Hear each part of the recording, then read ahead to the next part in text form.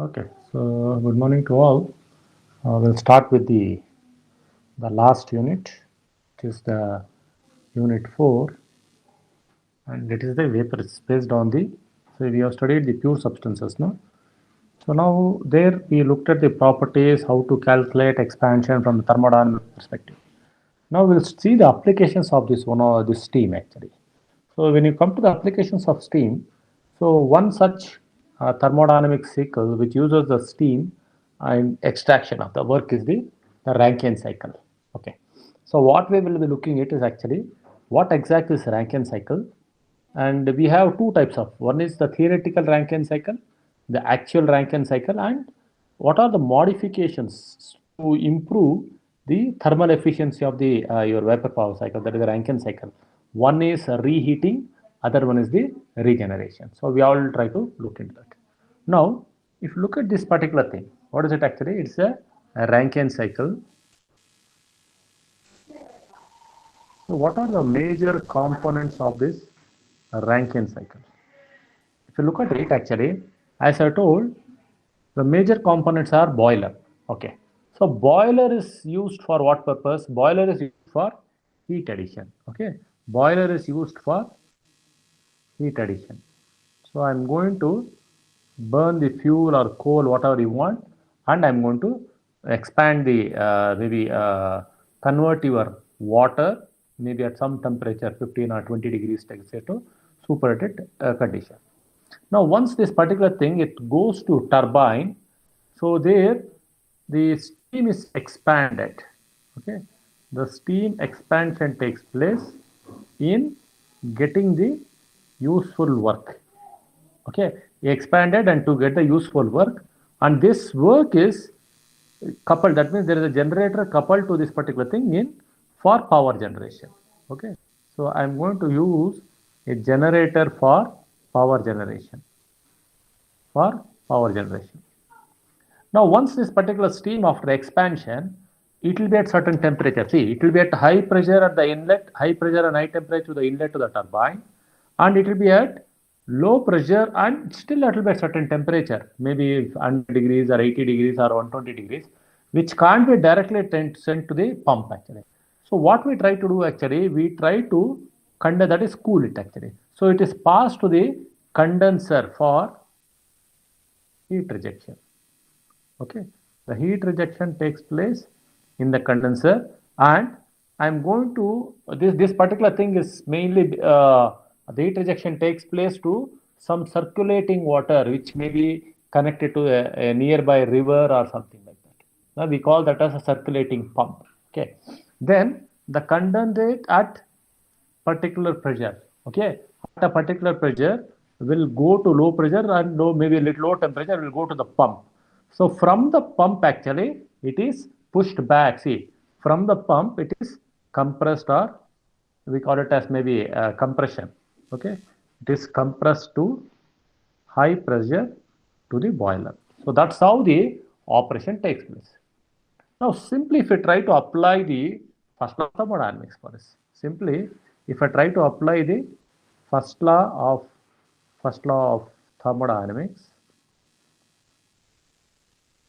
first law of thermodynamics, okay, what it is actually, it tells that the cyclic integral of delta Q, okay, the cyclic integral of delta Q, okay, or Q or whatever it may be, delta Q is equal to the cyclic integral of delta W, or in other words, sum of all the Q heat transfer is equal to sum of all the work done.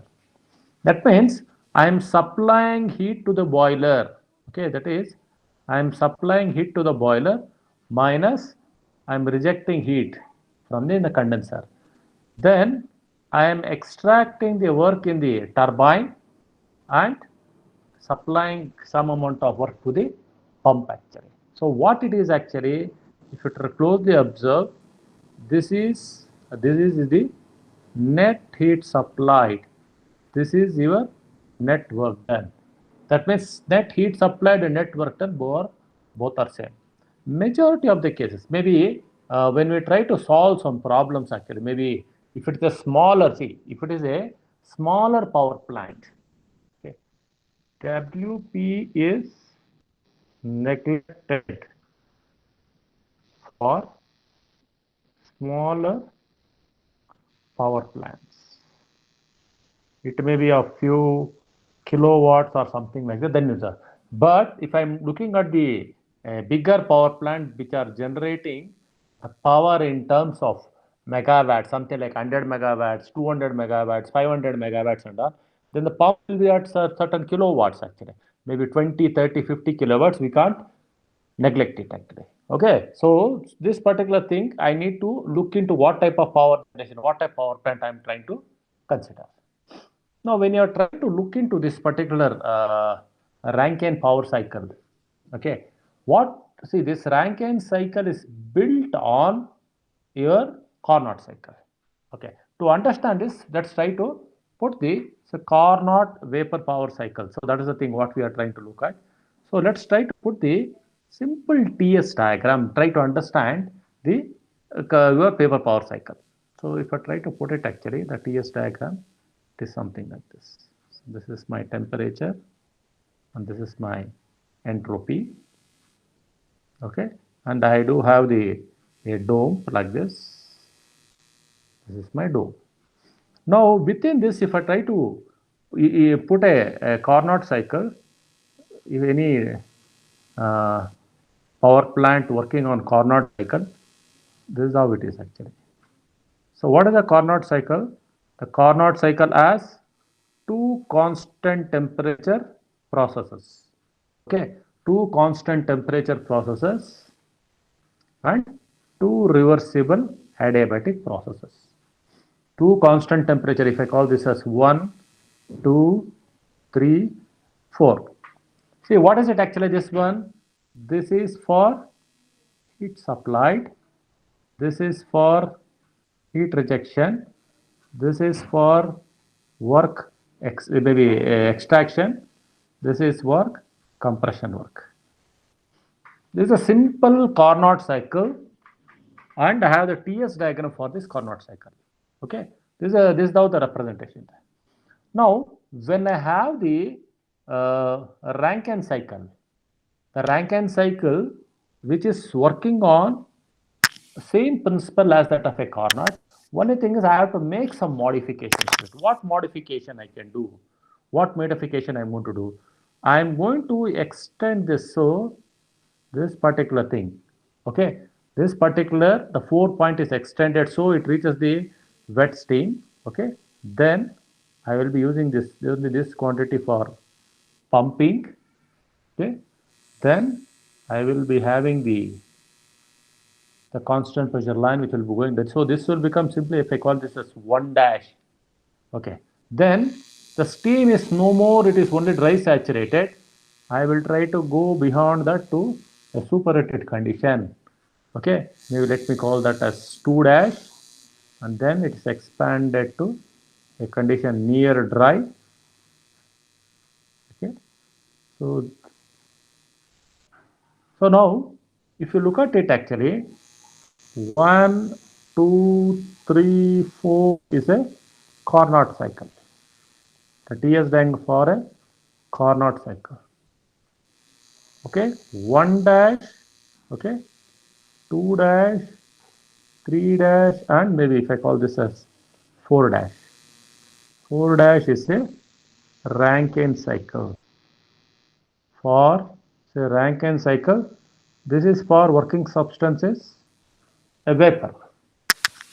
Okay, so for a vapor, we try to use a Rankine cycle. So if someone asks you what is the TS diagram for this particular cycle, means it is the Rankine cycle.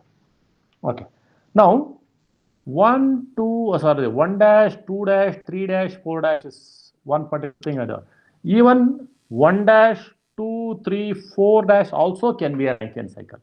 Okay, this is for a superheated condition. What I have is for a superheated condition at the turbine. Similarly, I can have 1 dash, 2, 3, 4 dash. Okay, this also can be a Rankine cycle. Okay, which can work on a vapor with a dry saturated condition. Okay, it is a dry saturated condition. See, this is the entry. So this particular thing, if you look at it, 2 is the entry to the turbine because I am going to extract the work here, turbine work. And this is my pump work. Okay, even though heat rejection and heat addition is from 1 dash to 2 or 2 dash, whatever it may be, whatever that particular temperatures, what I am looking at actually are 2 and 2 dash, that is the entry to the turbine. Okay, I can have a 1 dash, 2, 3, 4 dash as a Rankine cycle. 1 dash, 2 dash, 3 dash, and 4 dash also can be a Rankine cycle. So there may be another case. So there may be another case where 1 dash, 1 dash it can go up to a condition, need not go to a dry condition. Okay, it need not go to a dry condition. It can be a wet condition also. So let me call that as 2 double dash, 3 double dash, which very rarely, so we will have this kind, that is also a Rankine cycle, which 1 dash, 2 double dash, 3 double dash, and 4 dash, sorry, 4 dash is also a Rankine cycle used for vapor with a wet steam. With a wet steam. Okay, all possibilities we are trying to look. So now, what is this Rankine cycle? A Rankine cycle is a modified Carnot cycle. Okay, let me write that. A modified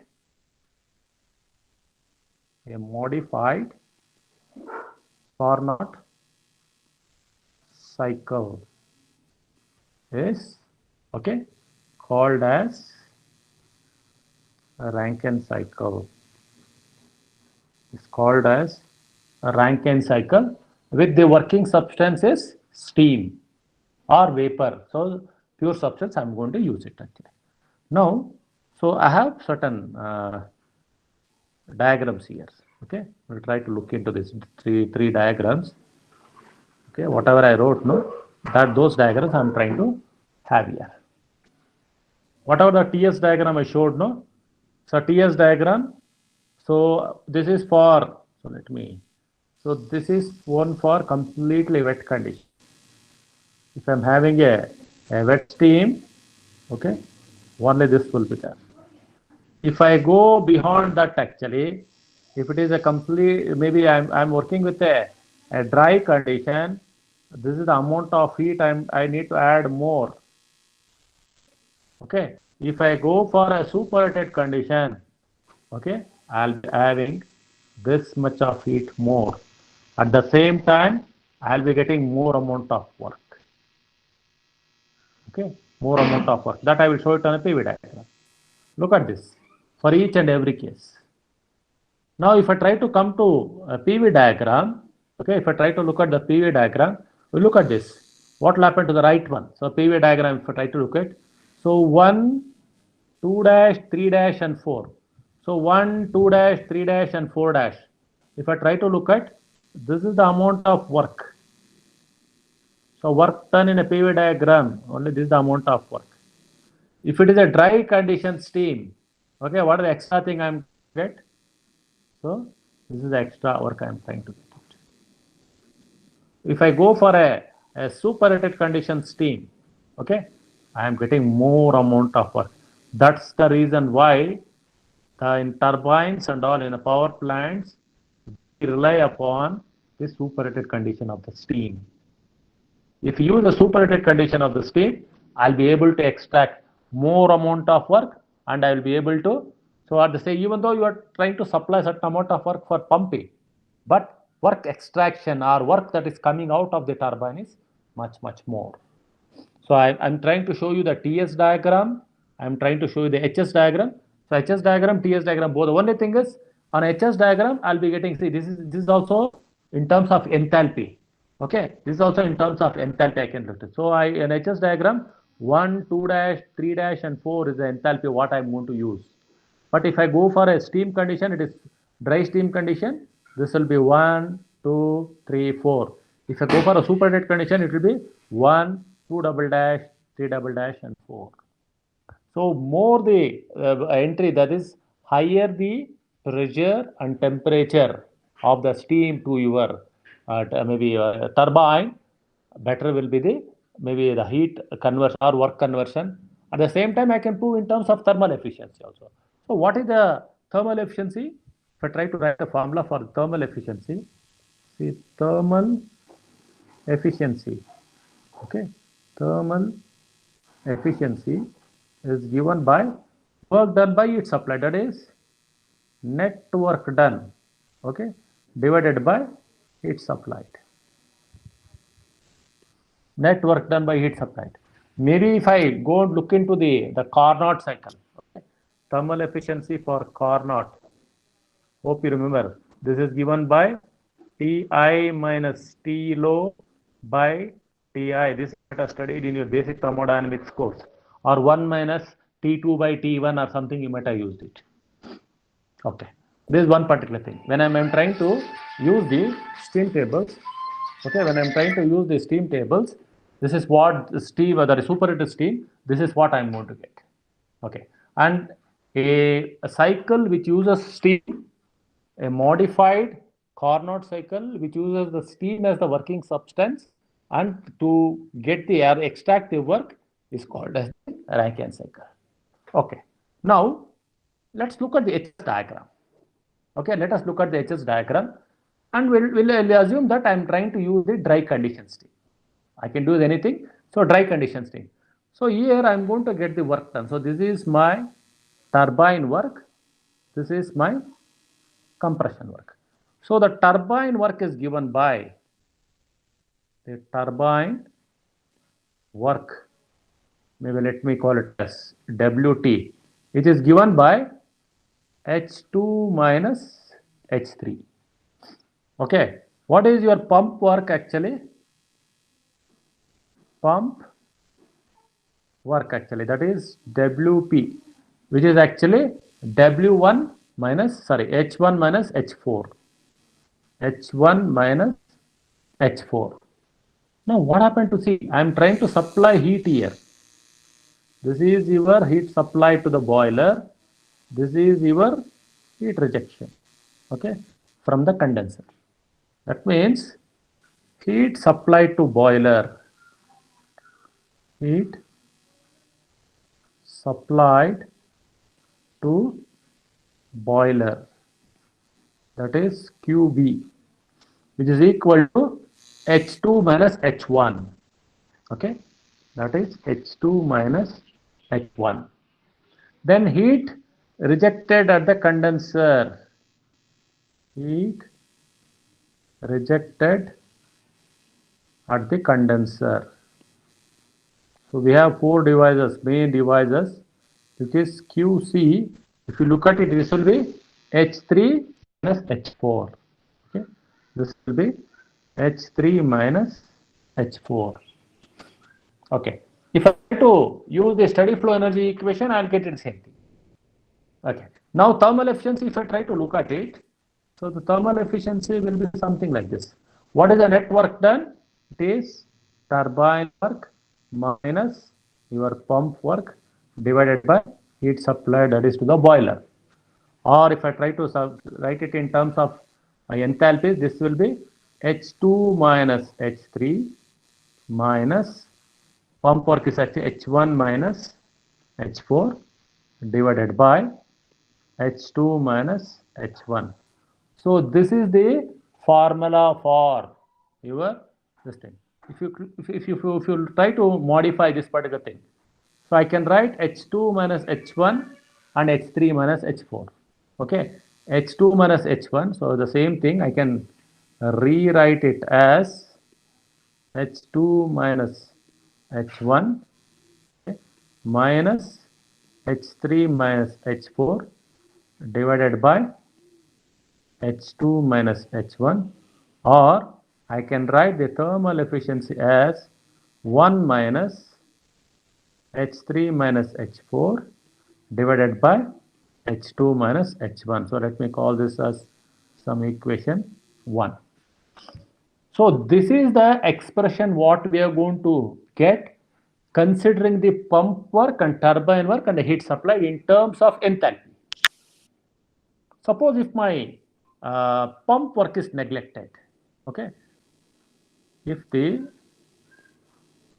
pump work is neglected. Pump work is neglected. I have few cases where your W pump is almost, they never put 0, it's almost equal to 0. That means comparatively negligible compared to your turbine work. So in that case, what will happen to your turbine efficiency? Your thermal efficiency is actually, it's only your turbine work, that is your turbine work divided by heat supply, that is your H2 minus H3 divided by H2 minus H1. Let me call this as equation number 2. So based on the given conditions, I should be able to tell that thermal efficiency, whether the pump work is considered or pump work is neglected. I can get the expression. Okay.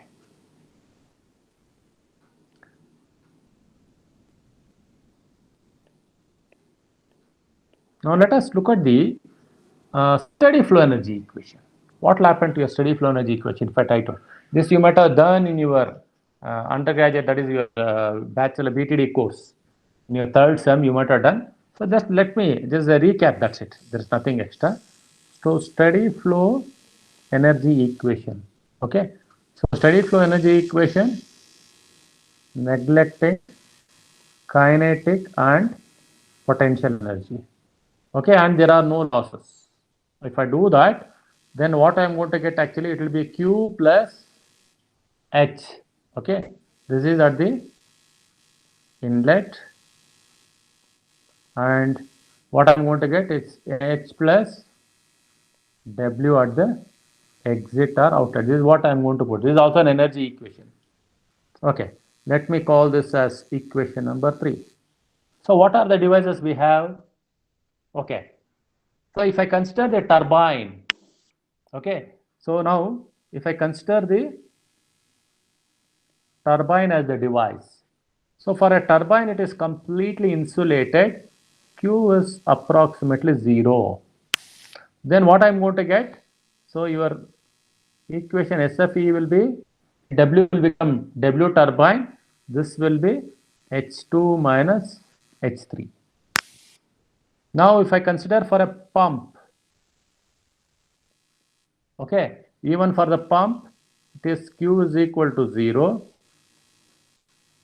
So this will be H1 minus H4.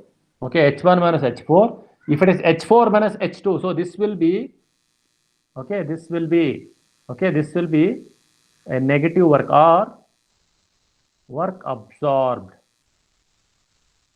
This is work absorbed. Now if I consider the third device, which is your boiler, okay, in the boiler your W is equal to, there is no work absorption. I have only heat supply, that is QV is equal to, okay, QV H2 minus H1. Now if I consider fourth device, it is condenser. There also your work done is 0. I will be getting my condenser. That is actually equal to, if you try to look at it, actually it is H3 minus H4, which is actually H3 minus H4. Here also this I can write it as heat rejected. So whatever we wrote there from the HS diagram, the same thing can be verified. This is a verification, that's it. I am trying to apply the steady flow energy equation. I am trying to cross check whether my whatever I am getting from the HS diagram is right or not. Okay, I verified it. Okay, so this is a simple expression. Okay, this is a simple expression what we have for a Carnot cycle. Okay, what we have for the Carnot cycle. Now, in the Carnot cycle, there are two important things we try to look in. Okay, one is based on the quantity of the steam that is handled to the power development. See, in your steam power plants and all, what is more important there? It is the power developed or the power production. What is the amount of energy that is developed, energy that is coming out of your, so those are the things. to heat supply. So what is the quantity of the steam used? All those things will be so. There are two important parameters. Okay, two important parameters which are very, very important. Okay, so two important parameters which are very, very important in your steam power plants. Okay, one, steam rate. Okay, the first one is the steam rate. What it is actually? Steam rate actually, it is the ratio of mass of steam used, mass of steam used for the power generation to the, okay, to the power developed, to the power developed. So if I try to look at the mass of steam, this is usually I will be handling more amount of steam actually. So I will try to express in terms of kg per hour, and your power developed is in kilowatts. Okay, this is the first which is very, very important. Mass, even sometimes on numericals we try to ask this. So what, find the steam rate for the this particular turbine or something. So in that case I should able to find the steam rate. Now the second quantity, okay, that is heat rate. Heat rate. What is this heat rate actually? This is the amount of heat produced in the boiler. Okay, heat produced in the boiler, okay, to the power developed, to the power developed. Okay, now if I try to look at what is the amount of heat produced, if you go back in IC engines, we have used a formula. What is it? Mass of fuel. Okay, it's a mass of fuel supplied to in the calorific value. So this is given by, so this is actually mass of fuel into calorific value of the fuel, calorific value of the fuel, okay, divided by your power. See, power in the other case actually it's also the net work done per second. Okay, if you want, the power can be net work done per second. That is your power. This is also net work done per second. This is also your power. Okay, mass of fuel into calorific value, or what is mass of fuel into calorific value? This is your QB, or what is the amount of energy that is applied to this particular thing. So this is actually turbine work to this. So this is your heat rate. Now if you closely observe, it is a reciprocal of your thermal efficiency. What is thermal efficiency? Net work done to heat supplied. Okay. So now heat rate, if you look at it, heat rate is actually, this is the reciprocal of your thermal efficiency.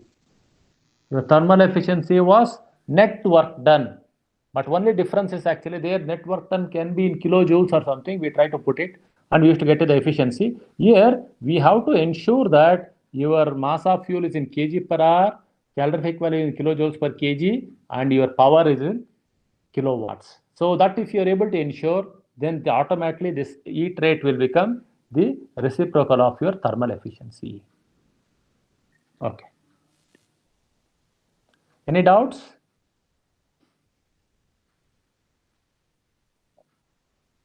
Okay. Now we'll go back. Yeah, fine. We'll go back and we'll try to do some kind of a, see, if we try to, I'll go back to your HS diagram or TS diagram. We'll closely observe. Okay. Now, what is thermal efficiency? Just now we got it. Thermal efficiency is nothing but H1. So yeah, I can go with this thing. H2. Okay, H2 minus H3 divided by H2 minus H1. Okay, H2 minus H3 divided by H2 minus H1. Okay, what is this H1? Okay, now you closely observe this value over here. what is this H1? Okay, this point you look at it, and this point you look at it. It is just touching the liquid vapor line or your water vapor line. Okay, I can tell that this H1 is your enthalpy of water. That is HF. Okay, that means your H2 minus H1 will be your. So if you closely observe your pump absorption of the work, the enthalpy at the entry to the pump is actually, it is the fluid. So it is actually HF. So that H1 will become HF1. So this is in the problem statement. We'll try to do this. This particular thing is very much important. Now the feed water pump, actually, the feed water pump. Okay, that's what the feed water pump. The feed water pump handles the feed water pump handles only water. Okay, it handles the liquid water. It is not handling steam. And what is water? You might have studied, it is incompressible fluid. It is incompressible fluid. So there is an increase in the pressure, its density or the specific volume undergoes little change. So if you observe, if you look at it very closely, with an increase in the pressure, so for an incompressible fluid, okay, for an incompressible fluid, this is I'm trying to put from the fluid mechanics background. For an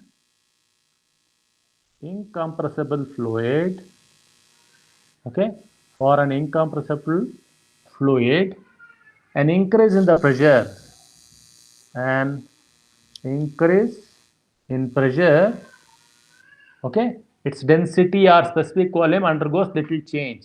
An increase in pressure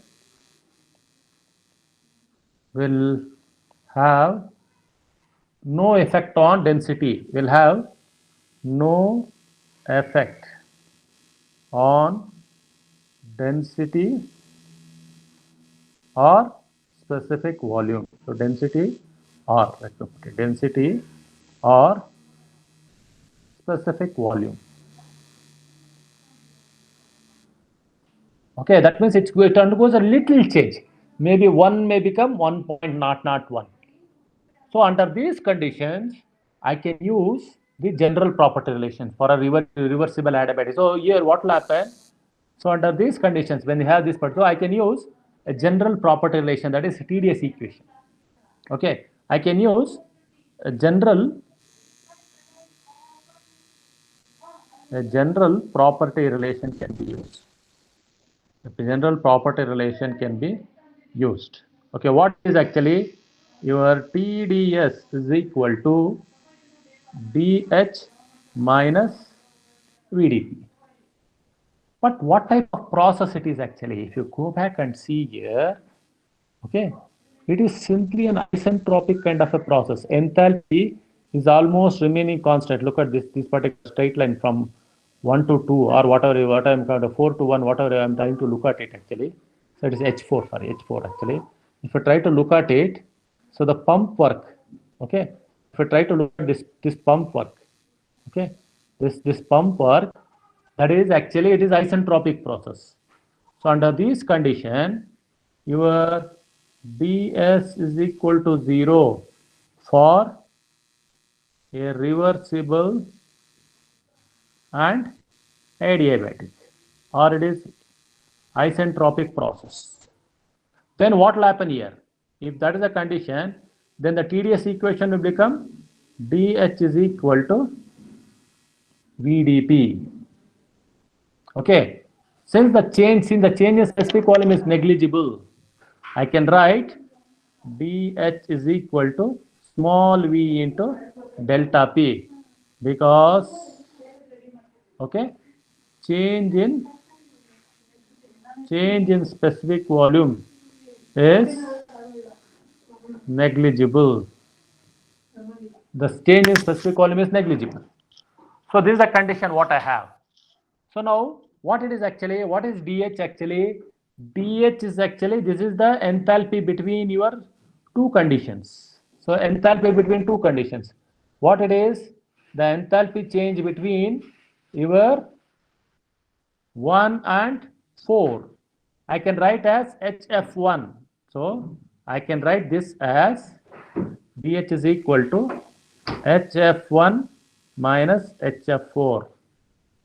Because at H1, so because H1 and H4 are corresponding to liquid conditions. So then from the steam tables, I should be able to take the values corresponding to that. So which is equal to, what is your V? V is corresponding to, okay, V is corresponding to your condition number 4. Okay, V is corresponding to your specific volume at the condition number 4.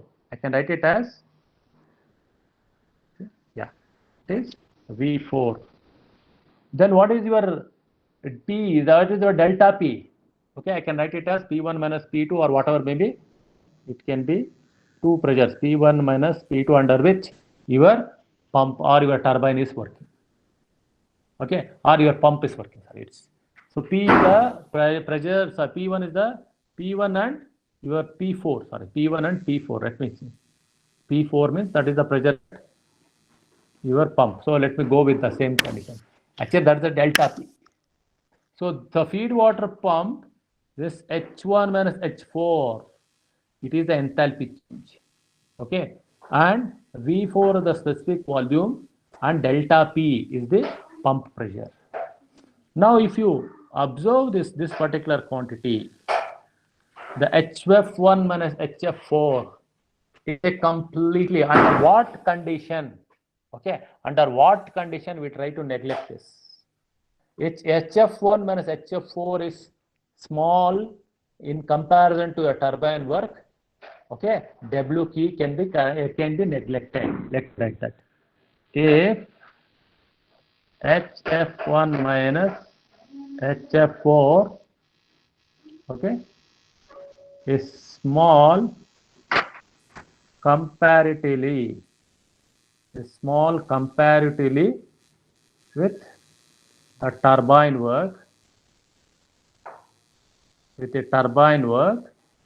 I can neglect the pump work. If it is slow, then only I'll be getting that your Rankine cycle will be equal to, okay, I'll be getting that. So when the boiler pressure is, so see what will happen is this particular P4 will become lower and lower. Okay, when the boiler pressures at the entry is lower, not at the higher level, at the lower level, that is at the point, okay, at point 4, I am looking at point 4. If those pressures are lower and lower, under those conditions, your pump work will be comparatively slower, or it will be lower compared to your turbine work, and I will try to neglect it. Okay. So now, suppose I have this kind of maybe the Rankine cycle.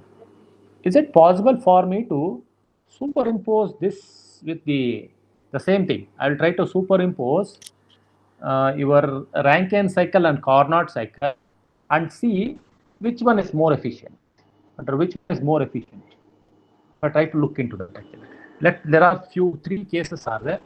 Some comparison of Rankine and Carnot cycle. Okay. Comparison of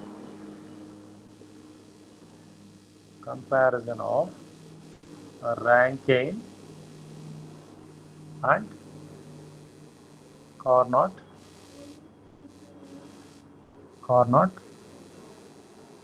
cycle. Let me try to look into this actually. So I have a sketch for that. Let me take that. I will try to use this. I will try to use this particular sketch and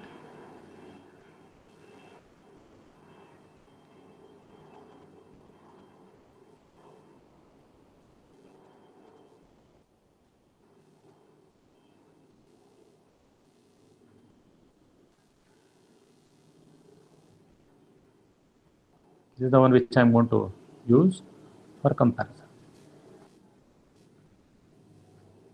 Okay. We paste it over here. So this is the one what I have. I have three different conditions. I have three different conditions. Let's try to analyze this, all the three conditions. Okay. The first condition. See, your pump actually it is from, see, what I'm trying to put, see, this is my, so let me use the,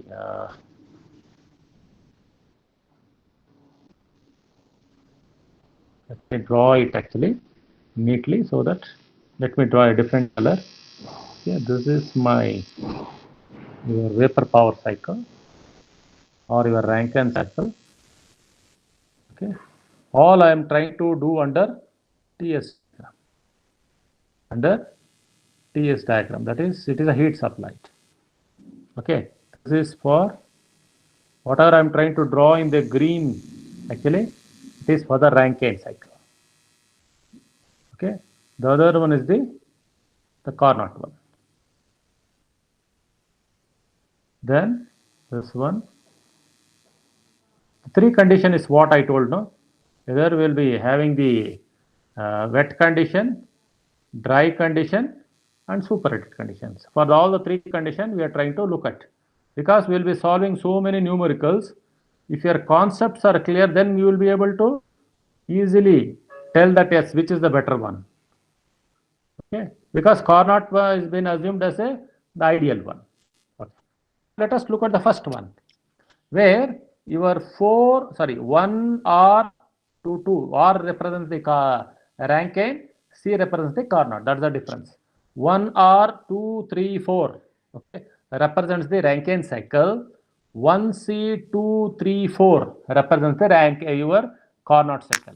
Now 1 C 2 3 4 is comparatively bigger compared to 1 R 2 3 4. That means I can write the heat requirement from the Carnot. Okay, heat requirement from the Carnot is greater than the heat that is utilized in your Rankine cycle. Okay. Now if I go for a second condition, where 1R 2 3S4 represents a Rankine cycle. Okay. Then 1C 2 3S4C represents a Carnot cycle. Okay. Here your Rankine cycle is greater than your Carnot. I am looking at the same higher temperature. That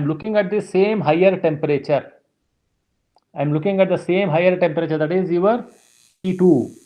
You are looking at the T2. This is the point where I have higher temperatures. I am looking at the same higher temperature. Now, if I go for a superheated condition, okay, here the 1R 2 3S4, then I have 1C 2 3S4. Here it's once again your Carnot heat requirement is greater than your Q Rankine. So now if you closely observe, if I want to execute, say I am trying to get the same work done. The heat supplied in a Carnot is more in case 1 and case 3. But in case 2, the heat supplied in the Rankine is more compared to your Carnot. So that's why most of the time, because, and one more thing is actually your condition of the steam. What is this? This is the condition of the steam. In case of a superheated condition is, I'll be getting a higher dry condition. Your dryness fraction of the steam at the end of the expansion for a superheated steam is much better compared to dry condition or your wet condition. So there are so many advantages. If we go for a superheated condition. If we go for a simple dry saturated condition, then, or if it's go for a wet condition, so comparatively your expansion steam is, your expansion or maybe at the end of the expansion, the condition of the steam will be much maybe much lower drier, and which is not accepted, or which may be affecting your turbine, or which may be affecting your parts of your turbine. They may because of the presence of the water particles, and all. So your steam or your turbine components may give away. So these are some of the disadvantages if you go for maybe a wet condition steam or a dry saturated condition steam.